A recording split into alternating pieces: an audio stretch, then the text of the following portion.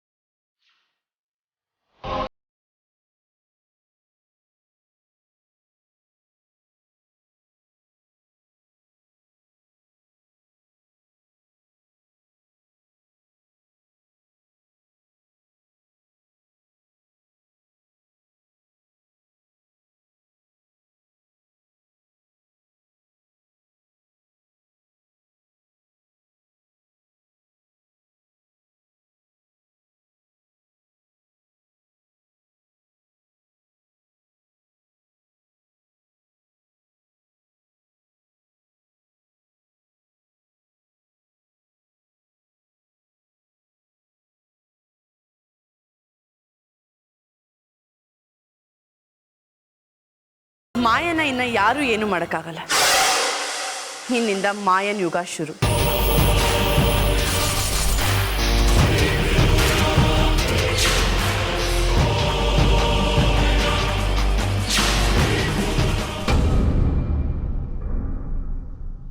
ಅಕ್ಕ, ಸದ್ಯಕ್ಕೆ ಇನ್ಯಾವ ಟೆನ್ಷನ್ ಇಲ್ಲ, ಟೆನ್ಷನ್ ಫ್ರೀ.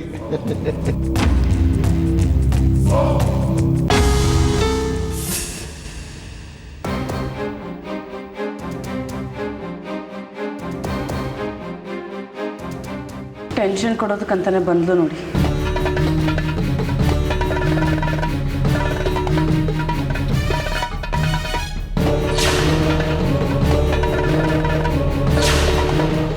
ಇವಳು ಯಾಕೆ ಲೇಡಿ ಕಾನ್ಸ್ಟೇಬಲ್ ಜೊತೆ ಬಂದಿದ್ದಾಳೆ?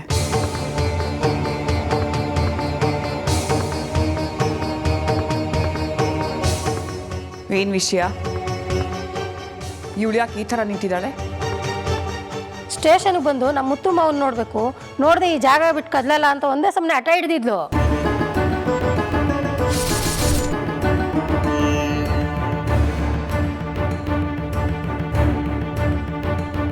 ನಮ್ಮ ಕೆಲ್ಸಕ್ಕೂ ತೊಂದರೆ ಕೊಟ್ಟು ಅವಳು ಕಷ್ಟಪಟ್ಕೊಂಡು ನಿಂತಿದ್ಲು.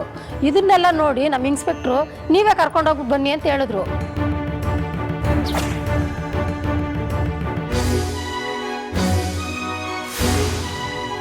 ಏನು ಮುತ್ತುನ ಹಾಗೆ ಜೈಲಲ್ಲಿ ಕೊಳಿಯಕ್ಕೆ ಬಿಟ್ಬಿಡ್ತೀವಿ ಅಂತ ಅನ್ಕೊಂಡ್ಯಾ? ಎಷ್ಟೇ ಕಷ್ಟ ಆದರೂ ಪರವಾಗಿಲ್ಲ, ಅವನನ್ನ ಅಲ್ಲಿಂದ ಬಿಡಿಸ್ಕೊಂಡು ಕರ್ಕೊಂಡು ಬರ್ತೀವಿ. ಪೊಲೀಸ್ನವರು ಸಮಾಜ ಸೇವಕರು, ಅವ್ರು ಮಾಡೋ ಕೆಲಸಕ್ಕೆ ನಾವು ಅಡ್ಡಿ ಮಾಡಬಾರ್ದು. ಇವ್ರು ನಮಗೆ ಗೊತ್ತಿರೋರಾಗಿರೋದ್ರಿಂದ ಪರವಾಗಿಲ್ಲ, ಮನೆಗೆ ಕರ್ಕೊಂಬಂದ್ರು. ಇಲ್ಲದೆ ಹೋಗಿದ್ರೆ ಇನ್ನೊಂದ್ಸಲ ಹೀಗೆ ಮಾಡಬೇಡ.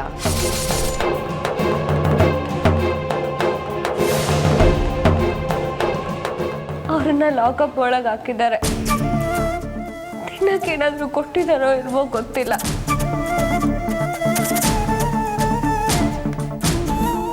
ಅದು ಮಾವನ ಆದಷ್ಟು ಬೇಗ ಅಲ್ಲಿಂದ ಬಿಡಿಸ್ಕೊಂಬರ್ಬೇಕು.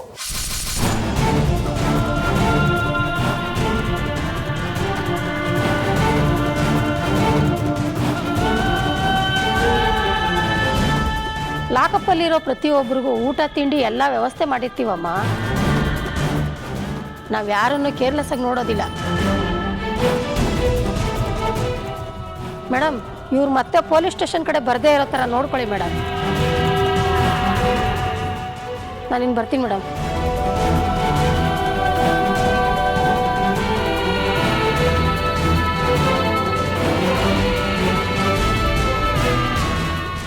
ಏನೇ ಅನಾಥೆ, ಎಷ್ಟು ಸಲನೇ ನಿನಗೆ ಹೇಳೋದು ಮುತ್ತು ವಿಷಯಕ್ಕೆ ಬರಬೇಡ ಅಂತ? ಇನ್ನೊಂದ್ಸಲ ಈ ರೀತಿ ಸಣ್ಣ ಪುಟ್ಟ ವಿಷಯ ಮನೆ ತನಕ ತಗೊಂಡ್ ಬಂದ್ರೆ ನಿಮ್ಮೂರಿಗೆ ಓಡಿಸ್ಬಿಡ್ತೀನಿ, ಹುಷಾರ್.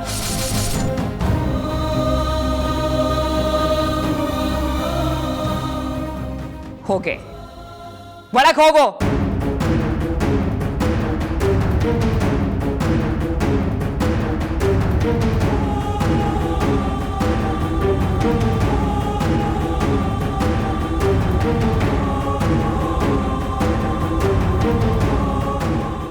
ನೀಲಕಂಠ, ಅಕ್ಕ ನೀನು ಇಲ್ಲೇ ಇದ್ದು ಎಲ್ಲ ನೋಡ್ಕೊ. ಸರಿ ಅಕ್ಕ. ಶರ್ಮಿಳಾ, ಮಾಯಾ, ಬನ್ನಿ ಒಳಗಡೆ.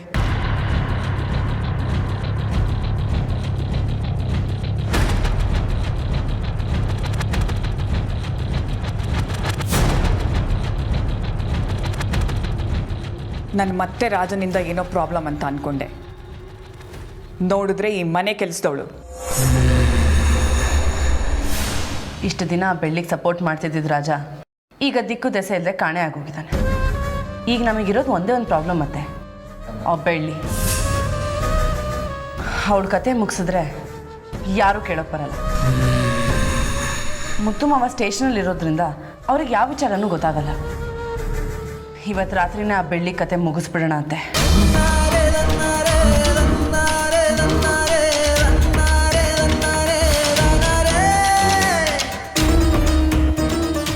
ಕಣ್ಣಿನ ವಿಷಯ ಕೇಳಿದ್ರೆ ಆಪರೇಷನ್ ಮಾಡಿ ದೃಷ್ಟಿ ವಾಪಸ್ ಬಂತು ಅಂತ ಹೇಳಿದ್ರಾಯ್ತು.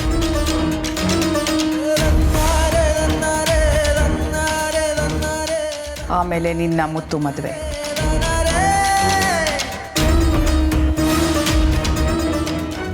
ಮುತ್ತು ಮಾವ ಲಾಕಪ್ಪಲ್ಲಿರೋಷ್ಟು ದಿನ ನಮಗೆ ಒಳ್ಳೇದು. ಅವ್ರು ಹೊರಗೆ ಬಂದರೆ ಬೆಳ್ಳಿ ಮೇಲಿರೋ ಪ್ರೀತಿ ಅಕ್ಕರೆ ಇನ್ನೂ ಜಾಸ್ತಿ ಆಗುತ್ತೆ. ಅದಕ್ಕೆ ನಾವು ಅವಕಾಶ ಮಾಡಿಕೊಡ್ಬಾರ್ದು ಮಾಯಾ. ಆದಷ್ಟು ಬೇಗ ಆ ಬೆಳ್ಳಿಗೊಂದು ಗತಿ ಕಾಣಿಸ್ಬೇಕು. ಅದಕ್ಕೆ ಇವತ್ತು ಸರಿಯಾದ ದಿನ ಅಂತ ಅನ್ನಿಸ್ತಿದೆ ಅತ್ತೆ. ಇವತ್ತನ್ನು ಬಿಟ್ಟರೆ ನಮಗೆ ಮತ್ತೆ ಇನ್ನೊಂದು ದಿನ ಸಿಗಲ್ಲ. ಅದಕ್ಕೆ ಏನೇನು ವ್ಯವಸ್ಥೆ ಬೇಕು ಎಲ್ಲ ಹೇಳಿ ಅಪ್ಪನ ಕೈಲಿ ಮಾಡಿಸ್ತೀನಿ. ಹಾಗೆ ಮಾಡು. ಬೆಳ್ಳಿ ಅನ್ನೋ ಪದ ನಾಳೆಯಿಂದ ಈ ಮನೇಲಿ ಇರ್ಕೂಡ್ದು. ಆಮೇಲೆ ನಿಂದು ಮುತ್ತುದು ಮದುವೆ.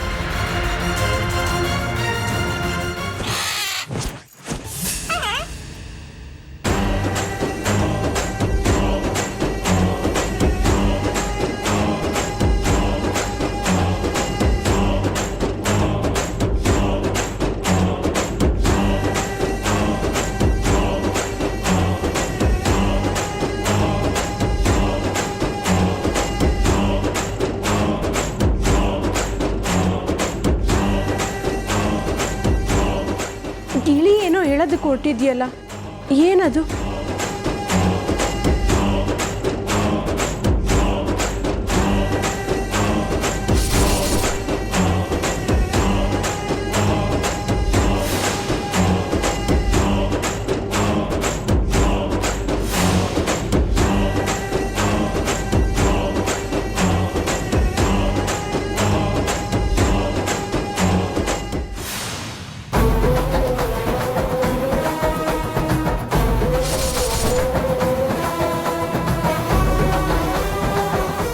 ಏನು ಬಿಳ್ಳಿಗೆ ಆಪತ್ತಿದ್ಯಾ?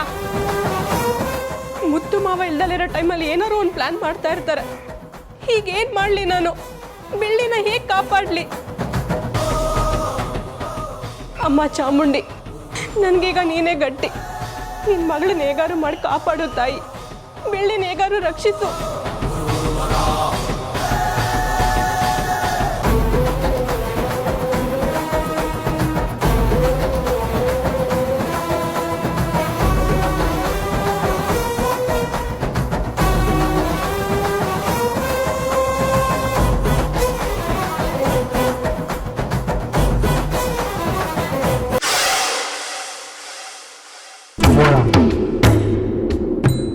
ಬೈರ, ತುಂಬ ದಿನಗಳಾದ್ಮೇಲೆ ನಮಗೊಂದು ಒಳ್ಳೆಯ ಅವಕಾಶ ಸಿಕ್ಕಿದೆ.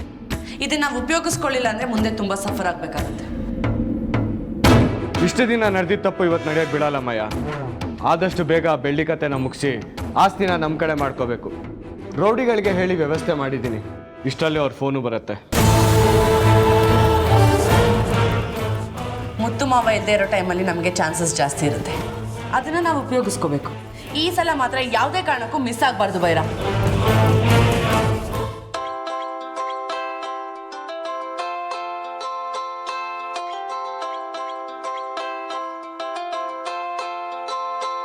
ರೌಡಿಗಳದೇ ಫೋನ್ ಬರ್ತದೆ. ಒಂದು ನಿಮಿಷ ಬಂದೆ.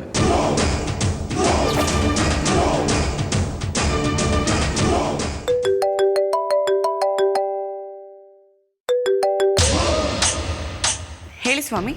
ಹೇಗಿದೆಯಮ್ಮ? ಹೇಗೋ ಬಂದಿರೋ ಕಷ್ಟನೆಲ್ಲ ನುಂಗ್ಕೊಂಡು ಹೋಗ್ತಾ ಇದ್ದೀನಿ. ನಿನ್ನ ಕಷ್ಟಗಳನ್ನ ದೂರ ಮಾಡೋದಕ್ಕೆ ನಾನು ಕಾಲ್ ಮಾಡಿದ್ದು.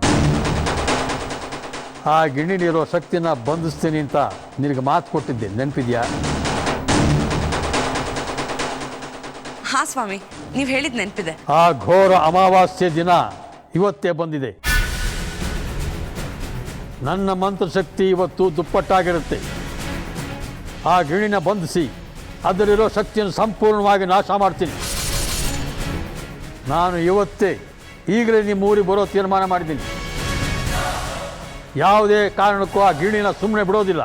ಇಷ್ಟು ದಿನ ನಾನು ಅಂದ್ಕೊಂಡಿದ್ದು ಏನೂ ನಡೀತಿಲ್ಲ ಅಂತ ತುಂಬ ಬೇಜಾರಾಗಿತ್ತು ಸ್ವಾಮಿ. ಆದರೆ ಈ ವಿಚಾರ ಕೇಳಿದ ಮೇಲೆ ನನ್ನ ಆಸೆಗೆಲ್ಲ ಮತ್ತೆ ಜೀವ ಬಂದಂಗಾಯ್ತು. ನಿಮ್ಮ ಪೂಜೆಗೆ ಏನೇನು ವ್ಯವಸ್ಥೆ ಬೇಕು ನಾವು ಮಾಡಿರ್ತೀವಿ. ನೀವು ಆದಷ್ಟು ಬೇಗ ಬನ್ನಿ ಸ್ವಾಮಿ, ನಿಮ್ಮ ಹಾದಿನೇ ಕಾಯ್ತಿರ್ತೀವಿ. ಬರ್ತೀನಿ ಮಾಯ. ಬಂದು ಆ ಎಲ್ಲ ಶಸ್ತ್ರಗಳನ್ನು ಸಂಪೂರ್ಣವಾಗಿ ಭಸ್ಮ ಮಾಡ್ತೀನಿ.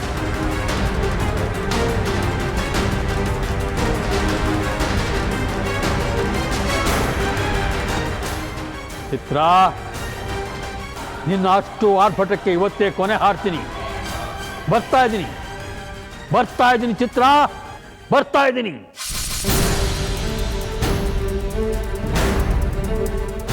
ಏನ್ ಮಯ್ಯ ಇಷ್ಟೊಂದು ಖುಷಿಯಾಗಿದ್ಯಾ?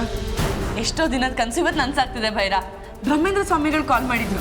ಅವ್ರು ಇಷ್ಟು ದಿನ ಹೇಳ್ತಿದ್ದಿದ್ದು ಕಠಿಣ ಅಮಾವಾಸ್ಯೆ ಇವತ್ತಂತೆ. ಇವತ್ತು ಬಂದು ಪೂಜೆ ಮಾಡಿ ಆ ಗಿಳಿಲಿರೋ ಶಕ್ತಿನ ನಾಶ ಮಾಡ್ತಾರಂತೆ. ಹೌದಾ? ನಿಜವಾಗ್ಲೂ ಇದು ಒಳ್ಳೆ ಸುದ್ದಿನೇ. ಒಟ್ಟಿಗೆ ಎರಡೆರಡು ಕೆಲಸ ಆಗುತ್ತೆ. ಒಂದು, ಆ ಬೆಳ್ಳಿ ಚಾಪ್ಟರ್ ಕ್ಲೋಸ್ ಆಗುತ್ತೆ. ಅದ್ರ ಜೊತೆಗೆ ಇಷ್ಟು ದಿನ ನಮಗೆ ಕಾಟ ಕೊಡ್ತಿರೋ ಗಿಳಿ ಚಾಪ್ಟರ್ ಕ್ಲೋಸ್ ಆಗುತ್ತೆ. ಹೌದು, ನೀನು ಹೇಳಿದ ರೌಡಿಗಳೇನಂದ್ರು? 11 ಗಂಟೆಗೆ ಸರಿಯಾಗಿ ಬರ್ತೀನಿ ಅಂತ ಹೇಳಿದ್ದಾರೆ. ಬಂದು ನಾವು ಹೇಳಿದ್ದೆಲ್ಲ ಕೆಲಸ ಮಾಡಿ ಮುಗಿಸ್ತಾರೆ. ಇವ್ರು ಏನು ವಿಷಯದ ಬಗ್ಗೆ ಮಾತಾಡ್ತಾ ಇದ್ದಾರೆ? ಇವತ್ತು ಮಾತ್ರ ಸ್ವಲ್ಪ ಎಚ್ಚರಿಕೆ ವಹಿಸಿ ಕೆಲಸ ಮಾಡಬೇಕು ಭೈರ. ಇದೊಂದು ನಡೆದ್ರೆ ಇಡೀ ಆಸ್ತಿ ನಮ್ಮ ಕೈಗೆ ಸೇರುತ್ತೆ. ಆಮೇಲೆ ನಮ್ಮನ್ನ ತಡೆಯೋಕ್ಕೆ ಯಾರಿಂದನೂ ಸಾಧ್ಯ ಇಲ್ಲ. ನಾನೆಲ್ಲ ನೋಡ್ಕೊತೀನಿ ಮಯ್ಯ. ಒಂದೇ ಏಟಿಗೆ 2 ಹಕ್ಕಿ ಹೊಡಿಲೇಬೇಕು. ಹುಷಾರ್.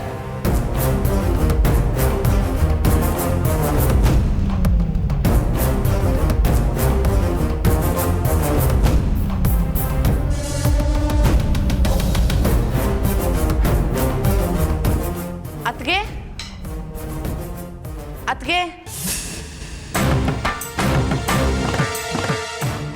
ಫೋನ್ನಲ್ಲೇನೋ 11 ಗಂಟೆ ಅಂತ ಹೇಳ್ದಂಗಿತ್ತಲ್ಲ. ಫೋನ್ ಚೆಕ್ ಮಾಡಿದ್ರೆ ಏನಾದ್ರು ವಿಷಯ ಸಿಗಬಹುದು.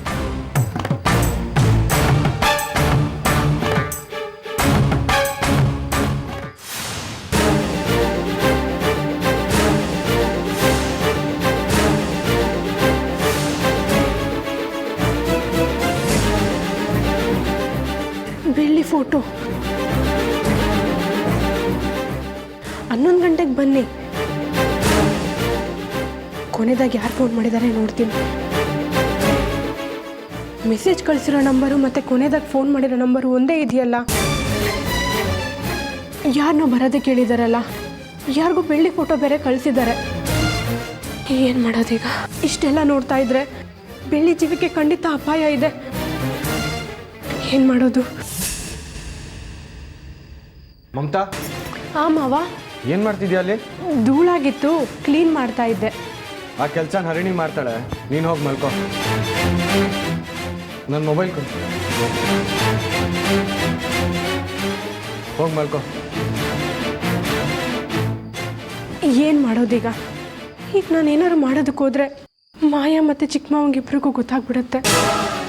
ಹೇಗೆ ಬಿಲ್ಡಿಂಗ್ ಕಾಪಾಡಲಿ? ದೇವ್ರೆ, ನೀನೇ ಕಾಪಾಡಬೇಕಪ್ಪ.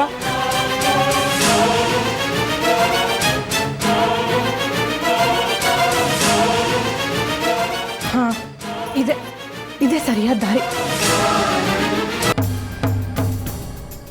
ಪೂಜೆ ಅಂತ ಹೇಳ್ತಿದ್ಯಲ್ಲ ಮಮತಾ, ಇಷ್ಟೊತ್ತಲ್ಲಿ ಯಾರು ಪೂಜೆ ಮಾಡ್ತಾರೆ ನಿಂಗೆ? ಮಾಡ್ತಾರೆ ಬೆಳ್ಳಿ, ನೀನು ಸುಮ್ಮನೆ ಬಾ. ಸುಮ್ಮನೆ ಪೂಜೆ ಅಂತ ಹೇಳ್ತಿದ್ಯಾ? ಅಲ್ಲ, ಯಾರಿಗೋಸ್ಕರ ಪೂಜೆ? ಅದೇನು ವಿಶೇಷತೆ ಅಂತ ಹೇಳ್ಬೇಕು ತಾನೆ? ಮುತ್ತು ಮಾವ ಜೈಲ್ನಲ್ಲಿ ಇದಾರಲ್ವಾ, ಅವ್ರು ಅಲ್ಲಿಂದ ಬೇಗ ಬರಲಿ ಅಂತ ಈ ಪೂಜೆ. ನಿನ್ಗೆ ಇಷ್ಟ ಇಲ್ಲ ಅಂದ್ರೆ ಬೇಡ ಬಿಡು. ಏ ಲೂಸು, ಮುತ್ತು ಮಾವಂಗೋಸ್ಕರ ನಾನು ಏನು ಬೇಕಾದ್ರೂ ಮಾಡಕ್ ರೆಡಿ ಅಂತದ್ರಲ್ಲಿ ಪೂಜೆಗಿಲ್ಲ ಅಂತೀನಾ? ನಾನು ನಿನ್ನ ಜೊತೆ ಒಂದು ಸ್ವಲ್ಪ ತಿದ್ದೋಗ್ತೀನಿ. ಮತ್ತೆ ಪೂಜೆ ರೆಡಿ ಮಾಡ್ಕೊಳ್ಳೋದು ಬೇಡವಾ? ನಾನೆಲ್ಲ ರೆಡಿ ಮಾಡ್ಕೊಂಡಿದ್ದೀನಿ, ನೀನು ಆರಾಮಾಗಿ ಕೂತ್ಕೋ ಬಾ. ಆ ಸ್ವಾಮಿಗಳೇ ಬೆಳಿಗ್ಗೆ ನಿಮಗೆ ಪೂಜೆ ಬಗ್ಗೆ ಹೇಳಿದ್ನಲ್ಲ. ಪೂಜೆ ಬಗ್ಗೆನಾ? ಯಾವ ಪೂಜೆ? ಅದೇ ಸ್ವಾಮಿಗಳೇ, ಮುತ್ತು ಮಾವ ಜೈಲಿಂದ ಹೊರಗಡೆ ಬರೋದಕ್ಕೆ ಬೆಳ್ಳಿ ಕೈಲಿ ಪೂಜೆ ಮಾಡಿಸಿ ಅಂತ ಹೇಳಿದ್ನಲ್ಲ, ಅದ್ರ ಬಗ್ಗೆ. ಯಾಕೆ ಎಲ್ಲ ಮರ್ತು ಬಿಟ್ರಾ? ನಾನು ಯಾವಾಗ ಸಿಕ್ಕಿದ್ದೆ? ನನಗೆ ಒಂದು ನೆನಪಾಗ್ತಾ ಇರೋದಲ್ಲ. ಅಯ್ಯೋ, ಇತ್ತೀಚೆಗೆ ನಿಮಗೆ ಮರುವು ಜಾಸ್ತಿ ಆಗೋಗಿದೆ. ಪರವಾಗಿಲ್ಲ ಬಿಡಿ. ಬೆಳಗ್ಗೆ ಪೂಜೆಗೆ ಏನೇನು ಬೇಕೋ ಎಲ್ಲ ತಂದುಬಿಡಿ, ಅಷ್ಟೊತ್ತಿಗೆ ನಾನು ಬಂದುಬಿಡ್ತೀನಿ. ಈಗ ಬಾಗಿಲು ಹಾಕೊಂಡು ಹೋಗ್ತೀನಿ, ನಡೀರಿ. ಅಯ್ಯೋ, ನೀವು ಬಾಗಿಲು ಹಾಕೊಂಡು ಹೋಗ್ಬಿಟ್ರೆ ನಾವು ಪೂಜೆಗೆಲ್ಲ ರೆಡಿ ಮಾಡ್ಕೊಳ್ಳೋದು ಹೇಗೆ? ನೀವು ಕೀ ಕೊಡಿ, ನಾವೆಲ್ಲ ನೋಡ್ಕೋತೀವಿ. ಹೌದು ಸ್ವಾಮಿ, ಮುತ್ತು ಮಾವಂಗೆ ಬಂದಿರೋ ಕಷ್ಟ ನಿವಾರಣೆ ಆಗಬೇಕು. ಅದಕ್ಕೆ ನಾನು ಆ ತಾಯಿಗೆ ಪೂಜೆ ಸಲ್ಲಿಸ್ತೀನಿ. ನಿಮ್ಮ ಸಹಾಯ ಬೇಕು. ನೀನು ಬೇಡ್ಕೊಂಡ್ರೆ ಆ ಚಾಮುಂಡಿ ತಾಯಿನೇ ಭೂಮಿಗೆ ಬರ್ತಾಳೆ. ಅಂಥದ್ರಲ್ಲಿ ಈ ಕೀ ಕೊಡಲ್ಲ ಅಂತೀನ? ತಗೋ. ಇಲ್ಲಿ ಕೊಡಿ, ನಾನೆಲ್ಲ ನೋಡ್ಕೋತೀನಿ. ಬೆಳ್ಳಿ, ಆ ತಾಯಿ ರಕ್ಷೆ ಸದಾ ನಿನಗಿರಲಮ್ಮ. ನಾನಿನ್ನು ಬರ್ತೀನಿ.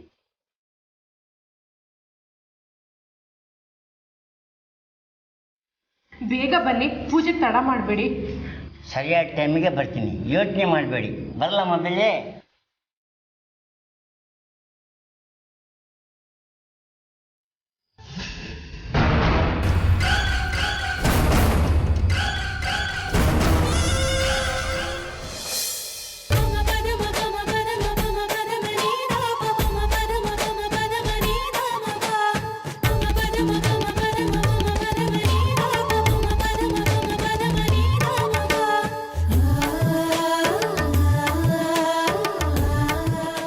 ಅಮ್ಮ ತಾಯಿ ಚಾಮುಂಡಿ, ಮುತ್ತು ಮಾವ ಆದಷ್ಟು ಬೇಗ ಜೈಲಿಂದ ಹೊರಗೆ ಬರಬೇಕು.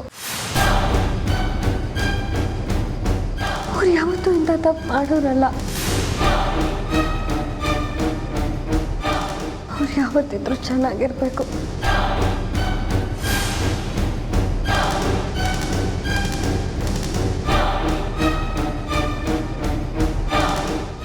ನೀನು ಹೇಳ್ದೆ ಅನ್ನೋ ಒಂದೇ ಒಂದು ಕಾರಣಕ್ಕೆ ಬೆಳ್ಳಿ ನಿಲ್ಲೇ ಬಿಟ್ಟು ಹೋಗ್ತಾ ಇದ್ದೀನಿ. ನಾನು ಈಗಲೂ ಮನೆಗೆ ಹೋಗಲಿಲ್ಲ ಅಂದರೆ ಅವ್ರುಗಳಿಗೆ ಅನುಮಾನ ಬರುತ್ತೆ. ಅವ್ರು ಇನ್ನೂ ಏನೇನು ಪ್ಲ್ಯಾನ್ ಮಾಡ್ತಾರೆ ಅನ್ನೋದು ನನಗೆ ಗೊತ್ತಾಗಬೇಕು. ಸರಿ, ನಾನೀಗ ಹೋಗ್ತೀನಿ, ನೀನು ಜೋಪಾನವಾಗಿ ನೋಡ್ಕೋ.